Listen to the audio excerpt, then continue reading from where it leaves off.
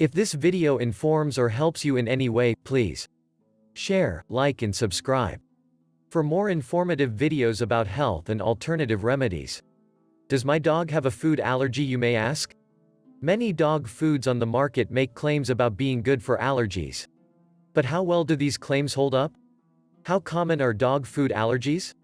And is hypoallergenic dog food right for your dog? To learn the truth about food allergies in dogs and what hypoallergenic dog food really means. Are dog food allergies to blame? While people are often quick to blame a dog's skin problems on what he eats, the truth, says Tufts University's Cummings Veterinary Center, is that food allergies in dogs are not all that common. The most common causes of allergies in pets are environmental, including fleas, dust mites, grass, pollen, and other environmental causes. If your pup's allergies tend to clear up during the winter, or become worse at the height of flea season, then it's likely his allergies are environmental. But because actual food allergies can cause skin and ear problems similar to those caused by environmental allergies, it's up to your vet to help you rule out other types of allergies for certain before determining whether your dog's food is to blame. It's also important to note the difference between an allergy and an intolerance. If your dog is unable to tolerate a certain type of food, such as lactose, this means he lacks the digestive enzyme necessary to properly digest that food. And gastrointestinal problems, such as vomiting and diarrhea, may result. An allergy, on the other hand, is an immune response. When your dog comes into contact with something he's allergic to, his immune system goes into overdrive, attacking the allergen, resulting in skin problems, itching, or hair loss. If your dog is suffering from a food intolerance rather than a food allergy, then hypoallergenic dog food is unlikely to help. It is recommended seeing your veterinarian to get the best possible solution for your pet. What causes food allergies, you may ask? Food allergies occur when an animal's immune system misidentifies a protein from a food as an invader rather than a food item, and mounts an immune response. The end result of this response can be itchy skin or ear and skin infections in some pets, while it may cause vomiting or diarrhea in others. Once an immune response is triggered, it grows stronger every time that type of protein enters the body, which means your dog's allergy may worsen every time he eats that particular food. The most common foods to trigger an allergic response in dogs are animal proteins, including chicken and beef, dairy, and eggs. Lamb, pork, and fish are less likely to cause allergies, although it is possible. While some dogs have proven to be allergic to wheat and corn, this is actually much more rare than common wisdom would have you believe. Instances of other grains, such as oats or rice, causing allergies are rare to non-existent. Now, diagnosing dog food allergies. Unfortunately, there are no reliable ways to test your dog for food allergies. The only way to determine which foods your dog is allergic to is through the process of elimination. Typically, your vet will prescribe a special, limited ingredient dog food containing types of meat and carbohydrates that aren't in your dog's usual meals, and seeing how he does on it. If your dog's symptoms clear up on this special meal plan, after a period of time your vet may have you switch your dog back to his old food to see if the allergy symptoms reappear. If they do, that will confirm that you're dealing with a food allergy. The next step is to identify the specific ingredient causing the allergic reaction in your dog. This requires changing back to the limited ingredient food. Once your dog's symptoms clear up, your vet may then have you add ingredients from his old food back to his meals one at a time, and monitor the results in order to identify which ingredients trigger an allergic reaction. During this elimination trial, it's extremely important to only feed your dog the prescribed food.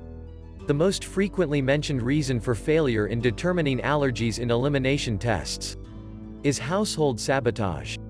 This consists of giving your dog food that was not directly recommended by your vet, including dog treats, table scraps, different dog foods, etc.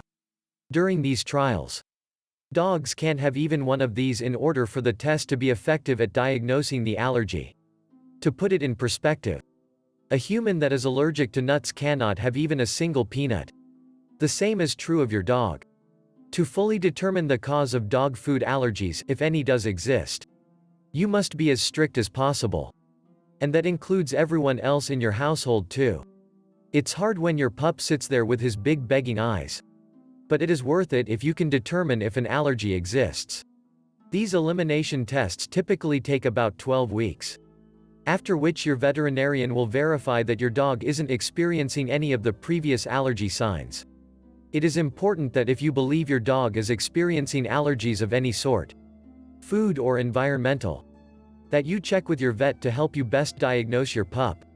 Self-diagnosis can be unhelpful or even dangerous in certain cases. Because food allergies and environmental issues present some of the same signs, it is hard to know which is the cause without proper testing. Unlike in humans, dog allergy tests are much less reliable. Which is why your veterinarian will likely give you specific instructions on what to expose your dog to and how to monitor his health over time to determine the specific cause for his health issues. You may be tempted to do a limited ingredient diet, also known as LID, on your own as well. This is also not recommended for a couple of reasons. The first being the difference between intolerance and allergies. Without proper testing, it is hard to know the real cause. The second reason why lids aren't always great in self-diagnosing your dog's condition is that even limited ingredient foods can be subject to allergen contamination.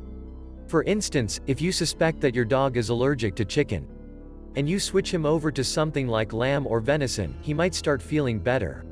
But because many food companies will use the same machinery to make their chicken product dog foods and their lamb-filled food, there is a chance that some of the chicken allergens make it into your dog's lamb food. Like mentioned before, any introduction of an allergen, even a small amount, can affect your dog overall.